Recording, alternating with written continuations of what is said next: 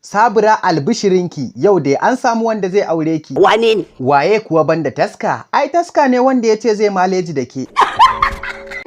Haba Sabura, ke da zaki ce alhamdulillahi tunda an samu wanda zai aure ki? Alhamdulillah rabbil alamin. Yauwa ko kefa ga kuma angon naki taska angon Sabura. Wa zai aure jahila? Haba taska, wa ya ce maka Sabura jahila ce? Malama ce fa. Anya da gaske ne kuwa? Kwarai ma kuwa, bari ku ji. Sabira ba kina sallah ba? So 7 kowace rana. Sau 7 kuma Sabira.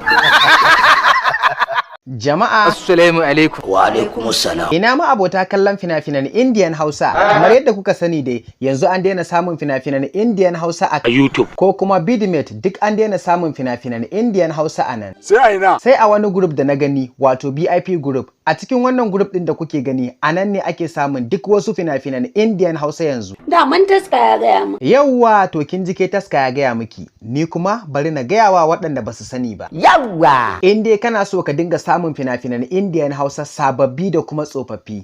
To ka ɗauki wannan namba da kake gani ka yi magana a WhatsApp ka ce kana son shiga group na BIP, wato group na fina-finan Indian Hausa. To shike. Ba kyauta ake shiga ba, amma kuɗi ne 'yan kalilan, da zaran ka biya kuma Shikenan. kwarai kuwa shikenan, kai ma za ka fara kallon fina-finan Indian Hausa daga kowane kamfani, kuma za ka iya saukar da duk fim ɗin da kake so. Da gaske? Kwarai kuwa. To wannan ma mafita ce. In dai ka shiga wannan group ɗin, to kowane kamfani ne ya fassara fim za ka samu a ciki yanzu haka. Yakwa. Kama daga Algaita, Sultan, Yusuf Zamani, Mega, kai da ma sauransu.